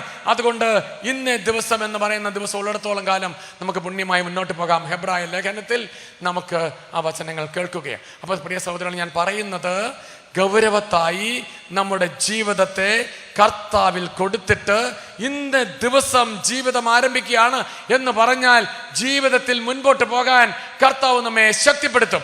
കർത്താവ് അങ്ങനെ ശക്തിപ്പെടുത്തുമ്പോഴും നാം അറിയുക, നമ്മുടെ ജീവിതത്തിൽ നിന്ന് ഉണ്ടായ മുറിവുകൾ അത്രയും മാറണം. ഞാൻ സന്തോഷിക്കുന്നു ഈ ഗൽഗൊൽത്താ ധ്യാന കേന്ദ്രത്തെ പ്രതി. കാരണം ആന്തരിക സൗഖ്യത്തിൻ്റെ പ്രാർത്ഥന എന്ന് പറയുന്നത് അത്ര എളുപ്പമായിട്ട് പോകുന്ന ഒരു പ്രക്രിയയല്ല. പക്ഷെ ഉള്ളിൻ്റെ ഉള്ളിൽ കിടക്കുന്ന വേദനകളെ എടുത്തു കളയുവാൻ ഒരാന്തരിക സൗഖ്യ ധ്യാനത്തിന് സാധിക്കും. ആഴത്തിൽ മറഞ്ഞു കിടക്കുന്ന മുറിവാണ്. ഉദാഹരണം, ഒരു കുട്ടി നന്നായിട്ട് പഠിച്ചുകൊണ്ടിരുന്ന കുട്ടി പെട്ടെന്ന് മറന്നു പോവുകയാണെന്ന് പറഞ്ഞ് കംപ്ലൈൻറ്റുമായിട്ട് നടക്കുക. ഏത് പരീക്ഷയ്ക്കും കുറെ മറന്നു പോവുകയാണ്. ശരിക്കും നന്നായിട്ട് പഠിക്കുന്നുണ്ട്, പിന്നെ അവസാനം പഠനം കൂടെ ബുദ്ധിമുട്ടായി. ഇങ്ങനെ നന്നായിട്ട് പഠിച്ചുകൊണ്ടിരുന്ന കുട്ടിക്ക് എന്തുകൊണ്ടാണ് പഠനത്തിൽ ബ്ലോക്ക് വന്നത്? ആ കുട്ടിയോട് ചോദിക്കണം. നന്നായിട്ട് ഉത്തരമറിയാവുന്ന ഒരു ചോദ്യം, നന്നായിട്ട് പഠിച്ചുകൊണ്ടിരുന്ന ഒരു ചോദ്യം, നന്നായിട്ട് പരീക്ഷ എഴുതിക്കൊണ്ടിരുന്ന വിഷയങ്ങൾ എത്രയും ഭംഗിയായിട്ട് എഴുതിക്കൊണ്ടിരുന്നത് മുഴുവനും ഒരു ദിവസം പൂർണ്ണമായി എഴുതാമെന്ന ബോധ്യത്തോടെ പരീക്ഷ എഴുതാൻ ഇരുന്നിട്ട് ആ പരീക്ഷയ്ക്ക് 3-4 മറന്നുപോയി. മുഴുവനും നന്നായിട്ട് അറിയാമായിരുന്നു. അറിയാവുന്നത് മുഴുവനും നന്നായിട്ട് എഴുതിക്കൊണ്ടിരിക്കവേ 2-3 മറന്നുപോയി എന്നത് വന്നപ്പോൾ ഈ മനുഷ്യന്റെ, ഈ കുട്ടിയുടെ മനസ്സിലൊരു ഞടുക്കമുണ്ടായി. എത്ര പഠിച്ചിട്ടും കാര്യമില്ല, മറന്നുപോകും. പിന്നെ ഏത് പരീക്ഷ വന്നാലും മറന്നുപോകും എന്ന മുറിവായിട്ട് നടക്കുക. യഥാർത്ഥത്തിൽ അതല്ല മുറിവ്. ആന്തരിക മുറിവ് എന്താണെന്ന് അറിയാമോ? അന്ന് ആ നന്നായിട്ട് അറിയാവുന്ന പരീക്ഷ എഴുതിക്കൊണ്ടിരുന്നപ്പോൾ ആദ്യ ഭാഗം മുതൽ കുറെ സമയമെടുത്തു. 1/2 മാർക്കിന് 1 മാർക്കിന്റെ സമയം, 1 മാർക്കിന് 2 മാർക്കിന്റെ സമയം. അങ്ങനെ ആദ്യ ഭാഗത്ത് സമയം കൂടുതലെടുത്തപ്പോൾ 2ാം പകുതിക്ക് സമയം തികഞ്ഞില്ല. ഇത് മനസ്സ് പറയില്ല, ഇത് മനസ്സ് കാണിച്ചു തരികയല്ല. അതാണ് ഈ ധ്യാന കേന്ദ്രത്തിൽ വന്ന് കൗൺസിലിംഗ് എടുക്കുമ്പോൾ ഉണ്ടാകുന്ന ഗുണം. ഈ ധ്യാന കേന്ദ്രത്തിൽ വന്ന് കുറേ സമയം ആന്തരിക സൗഖ്യത്തിന് വേണ്ടിയുള്ള ക്ലാസ്സുകൾ കേട്ടുകൊണ്ടിരിക്കുമ്പോൾ ഇതുപോലൊരു തെളിമ തരും. പ്രിയപ്പെട്ടവരെ, മറഞ്ഞു കിടക്കുന്ന മുറിവ് ഏത് എന്ന് കണ്ടെത്താൻ നമുക്ക് പറ്റത്തില്ല. അത് മറച്ചു കളയും മനസ്സ്. പക്ഷേ ഒരു ധ്യാനത്തിൻ്റെ വെളിച്ചത്തിൽ നാം ഇരിക്കുമ്പോൾ കർത്താവ് അതിന് നമുക്ക് വെളിവ് തരും, അതിനൊരു വ്യക്തമായ രൂപരേഖ തരും. അപ്പം മാറ്റാൻ പറ്റും, സൗഖ്യപ്പെടുത്താൻ പറ്റും. നമ്മുടെ കുഞ്ഞുങ്ങൾക്ക് അങ്ങനെ മുറിവുണ്ടായിട്ടുണ്ടെങ്കിൽ നിങ്ങൾ ഇവിടെ കൊണ്ടുവന്ന അച്ഛൻ്റെ അടുക്കൽ അങ്ങനെ സമർപ്പിക്കണം, പ്രാർത്ഥിക്കണം. കർത്താവ് ആ മുറിവ് മാറ്റി കുട്ടിയെ സുഖപ്പെടുത്തട്ടെ. ഇങ്ങനെ ആദ്യ ഭാഗത്ത് സമയം കൊടുത്തു, 2ാം പകുതിക്ക് സമയം തികഞ്ഞില്ല എന്ന യാഥാർത്ഥ്യം തിരിച്ചറിയുന്ന നിമിഷം മുതൽ ആ കുട്ടിക്ക് ഒരാത്മവിശ്വാസം കൂടും. എനിക്ക് പരീക്ഷയ്ക്ക് വിജയിക്കാൻ പറ്റും. ആ കുട്ടി പിന്നെ മറക്കത്തില്ല, അവൻ രക്ഷപ്പെടും. അങ്ങനെ രക്ഷപ്പെട്ടു വന്നിരിക്കുന്ന ആൾക്കാരെ ഞാൻ കണ്ടിട്ടുണ്ട്. അതുകൊണ്ട് പ്രിയ സഹോദരങ്ങളെ, കർത്താവിൻ്റെ ആ വലിയ കൃപയിൽ മുന്നേറണം. നമുക്ക് ദൈവവുമായുള്ള ആഴമേറിയ ഒരു ബന്ധത്തിൽ വന്ന് പാപത്തെ മാറ്റി ജീവിക്കണമെങ്കിൽ ഒരു കാര്യത്തെക്കുറിച്ച് അറിയേണ്ടതുണ്ട്. നിയമാവർത്തന പുസ്തകം 8-ാം അധ്യായം 12 മുതൽ 16 വരെയുള്ള വാക്യം കേൾക്കാം. നിയമാവർത്തന പുസ്തകത്തിൽ 8-ാം അധ്യായത്തിൽ 2ാമത് തിരുവചനം പറയുക, നിനക്ക് മേൽ ഒരു വേദന വരുന്നത്, ഒരു ദുരിതം വരുന്നത്, ഒരു കഷ്ടപ്പാട് വരുന്നത് ഒരു പക്ഷേ നിന്നെ ഒന്ന് എളിമപ്പെടുത്താൻ വേണ്ടിയിട്ടാകാം.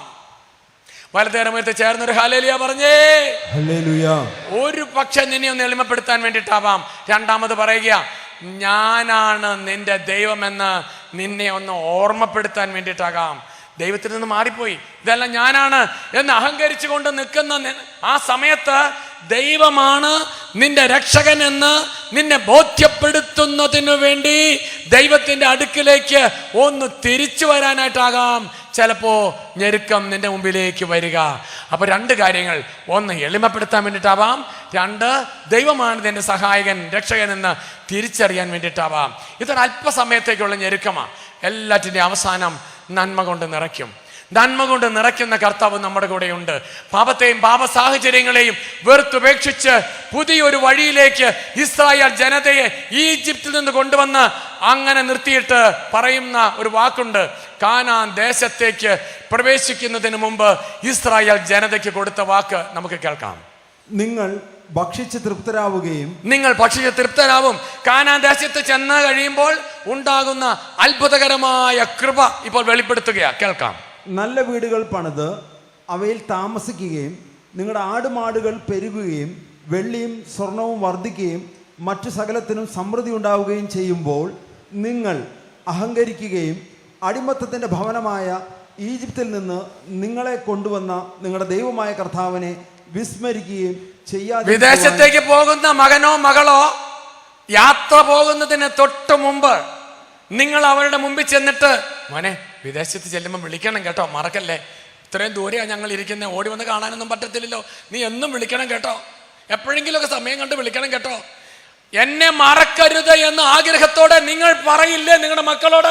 അതുപോലെ പ്രിയ സഹോദരങ്ങളെ, എല്ലാം തികഞ്ഞു കഴിയുമ്പോൾ, എല്ലാം മെച്ചപ്പെട്ട് കഴിയുമ്പോൾ, ശാന്തമായി പോകുന്നു എന്ന് കരുതുമ്പോൾ ദൈവം നിങ്ങളുടെ മുമ്പിൽ നിന്ന് നിങ്ങളോട് യാചിച്ച ഒരു കാര്യം മറക്കരുത്. എന്താണത്? അടിമത്തത്തിന്റെ നാട്ടിൽ നിന്ന് ഉണർവിന്റെ നാട്ടിലേക്ക് നിന്നെ കൊണ്ടുവന്ന ദൈവത്തെ നിങ്ങൾ മറക്കരുത്. എന്നെ മറക്കരുത് കേട്ടോ. കർത്താവ് സ്നേഹത്തോടെ പറയുക. തൊട്ടടുത്തുള്ള ആരോട് പറഞ്ഞേ, കർത്താവിനെ മറക്കരുത്. സ്നേഹത്തോടെ പറഞ്ഞേ, വാത്സല്യത്തോടെ പറഞ്ഞേ, കർത്താവിനെ മറക്കരുത്, കർത്താവിനെ മറക്കരുത്. അങ്ങനെ കർത്താവിനെ മറക്കരുതെന്ന് പറഞ്ഞിട്ട് മറക്കാതിരിക്കാനുള്ള വഴി കർത്താവ് പറഞ്ഞു തരുന്നുണ്ട്. എന്താണ് മറക്കാതിരിക്കാനുള്ള വഴി? മറക്കാതിരിക്കാനുള്ള വഴി, വന്ന വഴി മറക്കാതിരിക്കുക എന്നുള്ളതാണ്. നാം ഇതുവരെ അടിമത്തത്തിന്റെ നാട്ടിലൂടെ നടന്ന സമയത്ത്, അടിമത്തം വിട്ട് ഈ ദൈവത്തിന്റെ നാട്ടിലേക്കുള്ള നടപ്പിന്റെ സമയത്തും അടിമത്ത കാലത്തും അനുഭവിച്ച കാര്യങ്ങളെ കുറിച്ച് അറിയണം. പ്രത്യേകിച്ച് അടിമത്തം വിട്ട് പ്രകാശത്തിന്റെ സമയത്തെങ്കിലേക്ക് നടന്ന സമയത്ത് നിന്റെ ജീവിതത്തിൽ അത്ഭുതകരമായി ദൈവം ഇടപെട്ട സംഭവങ്ങളെ കുറിച്ച് നാം ആവർത്തിച്ച് ചിന്തിക്കണം. നമുക്ക് കേൾക്കാം. നിങ്ങളുടെ ആടുമാടുകൾ പെരുകുകയും വെള്ളിയും സ്വർണവും വർദ്ധിക്കുകയും മറ്റു സകലതിനും സമൃദ്ധി ഉണ്ടാവുകയും ചെയ്യുമ്പോൾ നിങ്ങൾ അഹങ്കരിക്കുകയും അടിമത്തത്തിൻ്റെ ഭവനമായ ഈജിപ്തിൽ നിന്ന് നിങ്ങളെ കൊണ്ടുവന്ന നിങ്ങളുടെ ദൈവമായ കർത്താവിനെ വിസ്മരിക്കുകയും ചെയ്യാതിരിക്കാൻ ശ്രദ്ധിക്കുവിൻ. ബാക്കിയോടെ വായിച്ചേ. ആഗ്നേയ സർപ്പങ്ങളും തേളുകളും നിറഞ്ഞ വിശാലവും ഭയാനകവുമായ മരുഭൂമിയിലൂടെ, മണലാരണ്യത്തിലൂടെ അവിടുന്നാണ് നിങ്ങളെ നയിച്ചത്. അപ്പൊ അവിടെ വെച്ച പാമ്പ് നിങ്ങളെ ദേഷ്മിച്ചില്ല. അവിടെ വെച്ച ആഗ്നേയ സർപ്പങ്ങളോ അല്ലെങ്കിൽ മരുഭൂമിയുടെ ബുദ്ധിമുട്ടോ നിങ്ങൾക്ക് അനുഭവപ്പെടാതെ, തേളുകളൊന്നും നിങ്ങളെ തൊടാതെ നിങ്ങളെ ഇവിടം വരെ കൊണ്ടുവന്നത് ഞാനാണ് എന്ന തിരിച്ചറിവ് നിങ്ങൾക്ക് ഉണ്ടാവണം. അപ്പൊ ഞെരുക്കത്തിനിടയിലെ അത്ഭുതകരമായ ദൈവത്തിന്റെ പരിപാലനയാണ് വന്ന വഴിയിലെ തിരിഞ്ഞു നോട്ടം. വന്ന വഴിയിലെ തകർച്ചയാണ് നമ്മൾ കണ്ടുകൊണ്ടിരിക്കുന്നത്. വന്ന വഴിയിലെ ബുദ്ധിമുട്ടാണ് നമ്മളെ മുമ്പോട്ട് കൊണ്ടുപോകുന്നത്. ബുദ്ധിമുട്ട് ചിന്തിക്കുന്ന അനുസരിച്ച് നമ്മൾ കഷ്ടപ്പെട്ട് വീണു പോകും. പ്രിയപ്പെട്ടവരെ, ബുദ്ധിമുട്ടുകളുടെ ഇടയിൽ ദൈവം നൽകിയ പരിപാലനയെ കുറിച്ചാണ് പറയുക. നമുക്കൊന്നുകൂടെ കേൾക്കാം. ഇപ്പൊ പറഞ്ഞ വാക്കിന്റെ ബാക്കി വായിച്ചേ. ആഗ്നേയ സർപ്പങ്ങളും തേളുകളും നിറഞ്ഞ വിശാലവും ഭയാനകവുമായ മണലാരണ്യത്തിലൂടെ അവിടെ നിന്നാണ് നിങ്ങളെ നയിച്ചത്. വെള്ളമില്ലാത്ത ഉണങ്ങി വരേണ്ട ആ ഭൂമിയിൽ നിങ്ങൾക്ക് വേണ്ടി ആദ്യത്തെ കുഴൽക്കിണർ നിർമ്മിച്ചു. ആ പാറയില് ഒരു കമ്പെടുത്ത് അടിക്കാൻ പറഞ്ഞു മോശയോട്. ആദ്യത്തെ കുഴൽക്കിണർ അങ്ങനെ നിർമ്മിച്ച് ഇഷ്ടംപോലെ വെള്ളം കിട്ടി. മരുഭൂമിയിൽ വെള്ളമില്ലാണ്ടും പറഞ്ഞ് എല്ലാം കൂടെ കഷ്ടപ്പെട്ട് വാവിട്ട് കാറി ഒരു വശത്ത് പിറുപിറുപ്പും ദുരിതവും. അപ്പോ സാധ്യതയില്ലാത്തിടത്തൊരു വഴി തുറന്നു തന്നതുപോലെ നമ്മുടെയൊക്കെ ജീവിതത്തിൽ അത്ഭുതകരമായി ദൈവം ഇടപെട്ട സംഭവങ്ങൾ കിടപ്പുണ്ട്. അതാണ് നമ്മെ നയിക്കേണ്ടത്. വലതുകരം ഉയർത്തി ഒരു ഹല്ലേലൂയ പറഞ്ഞേ. അടുത്തൊന്നോട് പറഞ്ഞേ, അടുത്ത വാക്യ വായിച്ചേ. ആ ഭൂമിയിൽ നിങ്ങൾക്ക് വേണ്ടി കരിമ്പാറയിൽ നിന്ന് അവിടുന്ന് ജലമൊഴുക്കി നിങ്ങളുടെ പിതാക്കന്മാർക്ക് അപരിചിതമായിരുന്ന മന്ന മരുഭൂമിയിൽ വെച്ച് നിങ്ങൾക്ക് ഭക്ഷണമായി നൽകി. ഭക്ഷണമില്ല എന്ന് പറഞ്ഞപ്പോ കുറച്ച് സമയത്തേക്കുള്ള യാത്രയല്ലേ പ്ലാൻ ചെയ്തിരുന്നത്. വഴിതെറ്റി അവർക്ക് കടൽ കടന്ന് അക്കരെ സൗദി പ്രദേശത്തേക്ക് കയറേണ്ടി വന്നു. പിന്നെ സൗദി ചുറ്റിയ അവർ തിരിച്ച് കാനാദേശത്തേക്ക് വരുന്നത്. അപ്പോൾ കുറേ പാടുപെടേണ്ടി വന്നു ആ യാത്ര. സൗദിയിലേക്ക് കയറി ചെല്ലുമ്പോൾ ഇപ്പോഴും ചെന്നാൽ കാണാം ഇതുപോലെ വിസ്താരമുള്ള 2 ബസ്സിന് മിച്ചം സഞ്ചരിക്കാൻ പറ്റുന്ന രീതിയിൽ കല്ല് ഇരുവശത്തും ചെത്തിയെടുത്ത പോലെ ഈ 10-24 കിലോമീറ്റർ നീളത്തിൽ കിടക്കുന്ന ഒരു പാത. അതിൻ്റെ 2 കിലോമീറ്റർ സാധാരണ സഞ്ചാരികൾ കയറാറുള്ളൂ. പിന്നെ ബാക്കി അങ്ങനെ സഞ്ചരിക്കേണ്ടവർ മാത്രമേ അതിലൂടെ പോവുള്ളൂ. അങ്ങനെ കടലിൽ നിന്ന് കയറി വന്നിട്ട് കടൽ ഭിത്തിക്കുള്ളിലൂടെ സുരക്ഷിതമായി ചെതറിപ്പോകാതെ ജനതയെ അങ്ങനെ സൗദിയിലേക്ക് കയറ്റിവിട്ടു. അവിടെ കൊണ്ടുവന്ന് കഴിഞ്ഞിട്ടാണ് തബൂക്ക് എന്ന് പറയുന്ന പ്രദേശത്താണ് ഇത് കാണുക. അവിടെ കൊണ്ടുവന്ന കർത്താവ് അവരെ ഓരോരുത്തരെയും ചേർത്ത് പിടിച്ചു കൊണ്ടുപോവുകയാണ്. അപ്പം മണലാരണ്യത്തിലൂടെ അങ്ങനെ നടക്കാൻ തുടങ്ങിയ സമയത്ത് ഈ വഴിതെറ്റി മാറി നടന്നതുകൊണ്ട് അപ്പമില്ലാതെ വന്നു. അങ്ങനെ അപ്പമില്ല എന്ന് പറഞ്ഞപ്പോൾ മന്ന പൊഴിച്ച് 40 നാളുകൾ അവർക്ക് കർത്താവ് 40 വർഷം കർത്താവ് അവർക്ക് മന്ന പൊഴിച്ചു കൊടുത്തു. ബാക്കി പറഞ്ഞേ. നിങ്ങളെ എളിമപ്പെടുത്തുവാനും പരീക്ഷിക്കുവാനും അവസാനം നന്മ കൊണ്ട് അനുഗ്രഹിക്കാനുമായിരുന്നു അത്. എന്തിനാണ് ഇത് സംഭവിച്ചത്? നിങ്ങളെ ഒന്ന് എളിമപ്പെടുത്താൻ, നന്മ കൊണ്ട് നിറയ്ക്കാൻ, ഞാനാണ് നിന്റെ ദൈവമെന്ന് നിന്നെ ബോധ്യപ്പെടുത്താൻ. നാം ആർജിച്ചെടുത്ത തഴക്കമായിരുന്നു നമ്മുടെ ദൈവം. നാം ആർജിച്ചെടുത്ത ചില മേഖലകളായിരുന്നു നമ്മുടെ കൂട്ടുകെട്ട്. അത് മാറ്റിക്കളഞ്ഞ് ദൈവത്തിൽ ശരണം വെക്കാൻ നിയമാവർത്തന പുസ്തകം 8-ാം അധ്യായം 2-ലും 16-ലും ഒരേ കാര്യം ആവർത്തിച്ച് പറയുകയാണ്. ഒന്ന് എളിമപ്പെടുത്താൻ, ഞാനാണ് നിന്റെ ദൈവം നിന്നെ ബോധ്യപ്പെടുത്താൻ വേണ്ടിയിട്ട് ഞാൻ നിനക്ക് തകർച്ച തന്നു. ഈ തകർച്ചയെല്ലാം തന്നത് എന്തിനാണെന്നറിയാമോ? വന്ന വഴി മറക്കരുത്. വന്ന വഴിയിലെ ദൈവപരിപാലന ഓർക്കണം. ഒരു പിടി ദൈവപരിപാലനയാണ് വിശ്വാസത്തോടെ മുമ്പോട്ട് പോകാൻ, പ്രതിസന്ധികളെ അതിജീവിക്കാൻ, പ്രശ്നങ്ങളെ മറികടക്കാൻ കർത്താവ് നമുക്ക് ശക്തി തരുന്നത്. വലതുകരം ഉയർത്തി ചേർന്ന് ഒന്നുകൂടെ ഹല്ലേലൂയ പറഞ്ഞേ, ഒന്നുകൂടെ ചേർന്ന് പറഞ്ഞേ. അപ്പൊ തഴക്കത്തെ മാറ്റിക്കൊണ്ട് യാത്ര ചെയ്യുമ്പോൾ, തഴക്കത്തെ മാറ്റിക്കൊണ്ട് നാം മുൻപോട്ട് പോകുമ്പോൾ, പ്രിയ സഹോദരങ്ങളെ, നാം പ്രത്യേകമായിട്ട് അതിനെ അതിജീവിക്കുന്ന തൻ്റെ ഇടം പ്രാപിക്കാനുള്ള വഴിയാണ് ഇപ്പോൾ പറഞ്ഞത്. അതായത് നാം വന്ന വഴി മറക്കരുത്, വന്ന വഴിയിലെ ദൈവപരിപാലന മറക്കരുത്. ഇനി വീണ്ടും ഉൽപ്പത്തിയുടെ പുസ്തകത്തിൽ 19-ാം അധ്യായം 17-ാമത് വാക്യം കൂടെ കേൾക്കാം. ഈ 17-ാമത് വാക്യത്തിൽ ഇങ്ങനെ നമ്മൾ ഈ പ്രലോഭനത്തെ അതിജീവിച്ച് മുൻപോട്ട് പോവേണ്ടത് എങ്ങനെയാണ്, പാപത്തെയും പാപ സാഹചര്യത്തെയും മറികടന്ന് എങ്ങനെയാണ് പോവേണ്ടത് എന്ന് പഠിപ്പിക്കുന്നുണ്ട്. അപ്പൊ പ്രിയ സഹോദരങ്ങളെ, നമുക്ക് അതുകൂടെ കേൾക്കാം. നമ്മുടെ ജീവിതത്തിൽ ഞാൻ പറയാം, നമ്മുടെ ജീവിതത്തിൽ ദൈവം ഇടപെടുക തന്നെ ചെയ്യും. തഴക്കം മാറ്റുക അത്ര എളുപ്പമല്ല. ഞാൻ പറഞ്ഞല്ലോ, 28 വർഷങ്ങളായി തമ്പലക്കാടുള്ള ലഹരി മോചന ധ്യാനം തുടങ്ങിയിട്ട്. അപ്പൊ ആ ധ്യാനത്തിൽ വരുന്ന ആളുകൾ മദ്യം കഴിച്ചവരോ മയക്കുമരുന്ന് എടുത്തവരോ ആണ്. അപ്പോൾ അവർക്ക് മരുന്നില്ലാതെ പോകണം. പക്ഷേ ആ ചെറിയ 7 ദിവസങ്ങൾ കൊണ്ട് എന്ത് ചെയ്യാൻ പറ്റും? ഒരു ആശുപത്രി കിടന്ന 1 മാസമോ 3 മാസമോ എടുക്കും. 40 മുതൽ 1 ലക്ഷം രൂപ വരെ ചെലവാക്കും.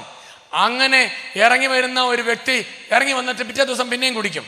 അപ്പൊ അങ്ങനെ വരാതിരിക്കണമെങ്കിൽ അവനിൽ ഒരു തീപിടുത്തം ഉണ്ടാവണം. ദൈവത്തിന്റെ ഒരു സ്നേഹാഗ്നി പിടിക്കണം, ദൈവത്തിന്റെ ഒരു ചൂട് പിടിക്കണം. ഇന്ന് ലഹരിരഹിത ജീവിതത്തെക്കുറിച്ച് ഈ ദിവസം നമ്മൾ പ്രത്യേകമായി ചിന്തിക്കുന്നത് കൊണ്ടാണ് ഈ വിഷയം നിങ്ങളോട് ഞാൻ ഇങ്ങനെ പങ്കുവയ്ക്കുക. ആ ലഹരി മാത്രമല്ല, ചിലർക്ക് ചൂതാട്ടമാണ്, ചിലർക്കാവട്ടെ ചീട്ടുകളിയാണ്, ചിലർക്കാവട്ടെ പ്രത്യേകമായിട്ട് ഓൺലൈനിലുള്ള സാമ്പത്തിക ഇടപാടുകളിലേക്കുള്ള യാത്രകളാണ്, ചിലർക്ക് ലോട്ടറിയാണ്. ഏതൊന്നായിരുന്നാലും ദൈവത്തിൽ ശരണം വെക്കാതെ നമ്മെ ദൈവത്തിൽ നിന്ന് അകറ്റിക്കളയുന്ന മേഖലകളാണ് അവയെല്ലാം. അത് കുടുംബത്തെ കലഹവും അലസതയും ദുരിതവും അവസാനം സാമ്പത്തിക ഞെരുക്കവും നമ്മുടെ കുടുംബത്തിലേക്ക് വലിച്ചു കൊണ്ടുവരും. അതിനെ മറികടക്കാൻ വേണ്ടി ഒന്ന് എളിമപ്പെടുക. എളിമപ്പെടുന്ന അത്ര എളുപ്പമല്ല പ്രിയപ്പെട്ടവരെ. 1 മുതൽ 10 വരെ തീയതികളിൽ നോയമ്പെടുക്കണം. ഇവിടെ 26-ാം തീയതി ധ്യാനം നടക്കുന്നില്ലേ? ഈ ധ്യാനത്തിലേക്ക് വരുമ്പോൾ ആന്തരിക സൗഖ്യത്തിൻ്റെ ഈ മാസം 26-ാം തീയതി ധ്യാനം തുടങ്ങുക. അപ്പോൾ ആ ധ്യാനം തുടങ്ങുമ്പോൾ, ആന്തരിക സൗഖ്യത്തിൻ്റെ ധ്യാനം തുടങ്ങുമ്പോൾ അതിലേക്ക് ഒരുപിടി മുറിവുകളുമായിട്ടാണ് വരുന്നത്. ആ മുറിവുകൾ എന്ന് പറയുന്നത് മദ്യം കഴിച്ചപ്പോൾ മറ്റുള്ളവർ പറഞ്ഞതും വീട്ടിൽ നിന്ന് കേട്ടതും സ്വയം വരുത്തി വെച്ചതുമായ മുറിപ്പാടുകളാണ്. ആ മുറിവുമായിട്ടാണ് ഇവിടെ വന്നിരിക്കേണ്ടത്. ആ മുറിവ് കരിച്ചു കളയാൻ കർത്താവിന് പറ്റും. അപ്പോൾ നമ്മോട് കർത്താവ് 4 കാര്യങ്ങൾ പറയുകയാണ്. ഉൽപ്പത്തിയുടെ പുസ്തകം 19-ാം അധ്യായം. അവരെ പുറത്തു കൊണ്ടുവന്ന് വിട്ടതിന് ശേഷം ലോത്തിനെയും ലോത്തിന്റെ കുടുംബത്തെയും പുറത്തു കൊണ്ടുവന്നു. അവരെ പുറത്തു കൊണ്ടുവന്നത് ആ സൊദോം ഗൊമോറ പ്രദേശത്തു നിന്നാണ്. അവിടെ പാപം നിറഞ്ഞു നിൽക്കുന്ന ഒരു മേഖല. പാപം വിട്ടുപോരാൻ ഇവർക്ക് പേടിയായിരുന്നു, മടിയായിരുന്നു. എല്ലാവരും നശിക്കുവാണെങ്കിൽ ഒപ്പം നമ്മൾ നശിക്കട്ടെ, നശിക്കുകയൊന്നുമില്ല എന്നും പറഞ്ഞ് കിട്ടിയ ഒരു പ്രത്യാശയിൽ അവരോടൊപ്പം നിൽക്കാൻ തീരുമാനിച്ചപ്പോൾ കൈക്ക് പിടിച്ച് അവരെ ഗ്രാമത്തിന് പുറത്ത് കൊണ്ടുവന്നു.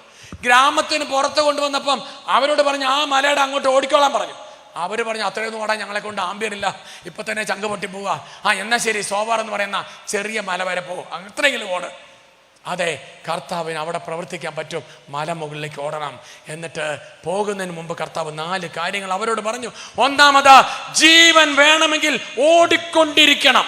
പാപത്തെയും പാപ സാഹചര്യത്തെയും മറികടക്കാൻ തീരുമാനിക്കുന്ന ഒരുവൻ ആ പാപത്തെ കയറുകെട്ടി വലിച്ചു കൊണ്ടുവരുന്നതിന് പകരം അത് വേണ്ടാന്ന് വെച്ച് പാപമാർഗത്തിൽ നിന്ന് ഓടിക്കൊണ്ടിരിക്കണം, പാപ സാഹചര്യത്തിൽ നിന്ന് ഓടിക്കൊണ്ടിരിക്കണം. രാത്രിയിൽ കിടന്നുകൊണ്ട് മൊബൈൽ കാണുന്ന ഒരു വ്യക്തി ആ മൊബൈൽ അടുത്ത് വെച്ചിട്ട് അങ്ങനെ കിടന്നാൽ മൊബൈൽ കാണണമെന്നുള്ള പേ പിടിച്ച ചിന്ത വരും. അതുകൊണ്ട് മൊബൈല് അപ്പുറത്തെ മുറിയിലോ തിണ്ണയില് കർത്താവിൻ്റെ പ്രാർത്ഥനയുടെ അടുത്തോ വെച്ചിട്ട് വന്ന് കിടക്കണം. അതാവും മൊബൈൽ അവിടെ നിന്നുള്ള രാവിലെ എടുക്കാം. കിടന്നു കഴിയുമ്പോൾ അവിടം വരെ മൊബൈൽ പോയി എടുക്കണമല്ലോ എന്നുള്ള വിഷമം കൊണ്ട് ഇയാൾ കിടന്നുറങ്ങിക്കോളും. കൈയെത്തുന്ന ദൂരത്ത് വെച്ചാ കൈയെത്തുന്ന പാപത്തെ വലിച്ചെടുത്തുകൊണ്ട് പൊക്കളയും. അതുകൊണ്ട് ഇത്തിരി ദൂരെ മാറ്റിക്കളയാൻ പറ്റണം. ജീവൻ വേണമെങ്കിൽ ഓടിക്കൊണ്ടിരിക്കണം. പാപത്തെ പ്രേരിപ്പിക്കുന്ന ഒരു വ്യക്തിയാണെങ്കിൽ ആ വ്യക്തിയിൽ നിന്ന് ഓടണം.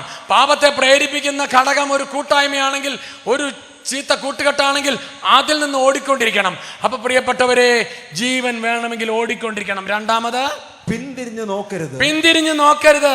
ആ ലോത്തിന്റെ ഭാര്യ തിരിഞ്ഞു നോക്കി കൈവിട്ടു പോകുന്ന സന്തോഷത്തിലേക്ക്, കൈവിട്ടു പോകുന്ന കൂട്ടുകെട്ടുകളിലേക്ക്, കൈവിട്ടു പോകുന്ന സുഖ സന്തോഷങ്ങളിലേക്ക് അവൾ തിരിഞ്ഞു നോക്കി അത് വീഴിച്ചു. യാത്രകള്, പണ്ട് ചെയ്തിരുന്ന ഉല്ലാസ യാത്രകള്, പണ്ടുണ്ടായിരുന്ന കൂട്ടുകെട്ടുകള്, അന്നുണ്ടായിരുന്ന സന്തോഷങ്ങള്, അതിനെ ഓർത്തുകൊണ്ട് അങ്ങനെ ചിന്തിച്ചുകൊണ്ടിരുന്ന, ദിവാസ്വപ്നം കണ്ടുകൊണ്ടിരുന്ന അത് നമ്മെ തകർത്ത് കളയും. അപ്പൊ അതിൽ നിന്ന് പുറത്തു വരണം. മൂന്നാമത്, താഴ്വരയിൽ തങ്ങരുത്. താഴ്വര പച്ചപ്പുള്ള മേഖലയാ.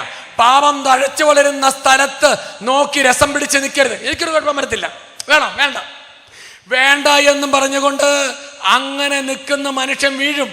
അവൻ അവിടെ മദ്യം വിളമ്പുന്നിടത്ത് പോയി നിന്നു, അല്ലെങ്കിൽ മദ്യം കഴിക്കുന്നവരുടെ കൂടെ നിന്നു. പതിയെ കുഴപ്പമില്ലാന്ന് വിചാരിച്ച് നിന്ന് കഴിഞ്ഞാൽ കുറച്ച് സമയം കഴിയുമ്പോൾ ഇയാളുടെ മനസ്സിൻ്റെ ശക്തി കെട്ടുപോയിട്ട് ആ സുഖത്തിലേക്ക് വീഴാൻ തോന്നും. എല്ലാവരും അങ്ങനെയാണ്, പിന്നെ ഞാനും ചെയ്യാമല്ലോ എന്ന ചിന്ത വരും. അവരെ പോലെ അല്ല നീ എന്ന് നീ കരുതണം. അതുകൊണ്ട് പ്രിയപ്പെട്ടവരെ, നിന്നെ വീണ്ടെടുത്തവൻ നിന്നോട് പറയുകയാ, സമതലത്തിൽ തങ്ങരുത്, ചീത്ത കൂട്ടുകെട്ടിലേക്ക് പോയി തങ്ങരുത്. അങ്ങനെ പോയാൽ നീ വീണു പോകും. അത് നമ്മെ ദുർബലപ്പെടുത്തും. സംഭാഷണങ്ങളും സാഹചര്യങ്ങളും നമ്മെ ദുർബലപ്പെടുത്തും. അതുകൊണ്ട് എന്ത് ചെയ്യണം എന്ന് പറയുന്നേ? മലമുകളിലേക്ക് ഇവിടെ വരണം, ഈ മേഖലയിൽ വരണം. പ്രിയപ്പെട്ടവരെ, ദൈവത്തിന്റെ അടുക്കലേക്ക് വരണം, വിശുദ്ധ മന്ദിരത്തിലേക്ക് വരണം. വിശുദ്ധ മന്ദിരത്തിൽ വന്ന് ഇവിടെ നിന്നുള്ള നന്മയെടുക്കാൻ പറ്റണം. വിശുദ്ധ മന്ദിരത്തിലേക്ക് വരിക, മലമുകളിലേക്ക് വരിക. ഇതിൽ ഉയർന്നാ നിൽക്കുന്നേ, ഈ മലമുകളിലേക്ക് വരണം. ഈ ഗാഗുൽത്താ മലയുടെ മുകളിലേക്ക് വരണം. ഈ പേരിട്ടിരിക്കുന്ന പോലെ എനിക്ക് ഇഷ്ടമായി. എന്നാന്നറിയോ? ഗാഗുൽത്താ മല, ഗാഗുൽത്താ താഴ്വര എന്നല്ലല്ലോ, ഗാഗുൽത്താ മലയാ, ഉയർന്ന സ്ഥലമാണ്. അങ്ങോട്ട് കയറി വരണം, ഇങ്ങോട്ട് കയറി വന്ന് ജീവൻ പ്രാപിക്കണം. ഈ ഓരോ ആഴ്ചയും നിങ്ങളുടെ കഷ്ടപ്പെട്ടുള്ള ഇങ്ങോട്ടുള്ള വരവ് വലിയ അതിശയമാണ്. ഓൺലൈനിൽ ഇപ്പോൾ കണ്ടുകൊണ്ടിരിക്കുന്ന ഓരോരുത്തരുടെയും ഈ ദിവസങ്ങളിൽ സമയമെടുത്തുള്ള ഇരിപ്പ് നഷ്ടമല്ല, അതത്രയും അഭിഷേകമുള്ളതാണ്. നിങ്ങൾ എല്ലാവരും അനുഗ്രഹീതരാണ്. വലതുകരം ഉയർത്തി ചേർന്നൊരു ഹല്ലേലൂയ പറഞ്ഞേ.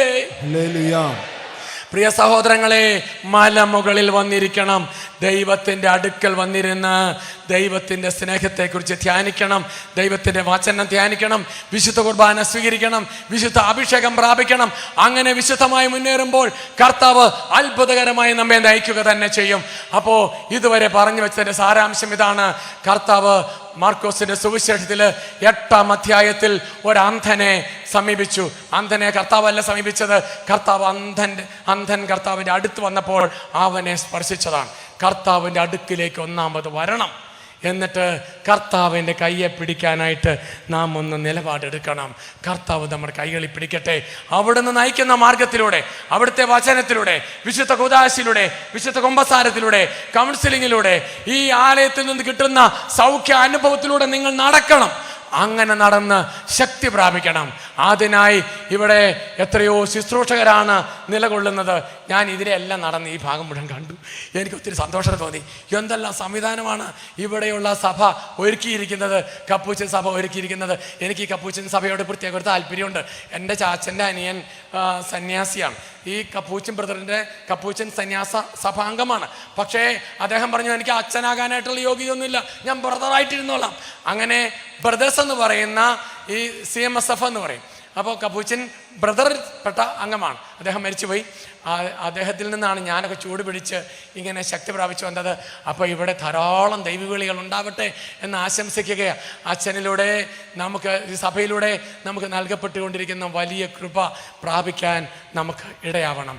അപ്പോൾ നാം ഈ വഴിയിലൂടെ നടക്കണം. രണ്ടാമത് പറഞ്ഞു, നീ ഗ്രാമത്തിലോട്ട് പോവരുത്. മൂന്നാമത് പറഞ്ഞു, നീ വീട്ടിലോട്ട് മടങ്ങണം. നീ ഗ്രാമത്തിലോട്ട് പോവരുത്, നിന്നെ തഴക്കമാക്കി കളയുന്ന മേഖലയിലേക്ക് പോവരുത്, മറിച്ച് നിന്റെ കടമകളിലേക്ക് മടങ്ങണം. ഇവിടെ ഇരിക്കുന്ന ഓരോ വ്യക്തിയോടും കർത്താവ് സ്നേഹപൂർവ്വം ആവശ്യപ്പെടുകയാണ്, നീ നിന്റെ വീട്ടിലേക്ക് മടങ്ങുക.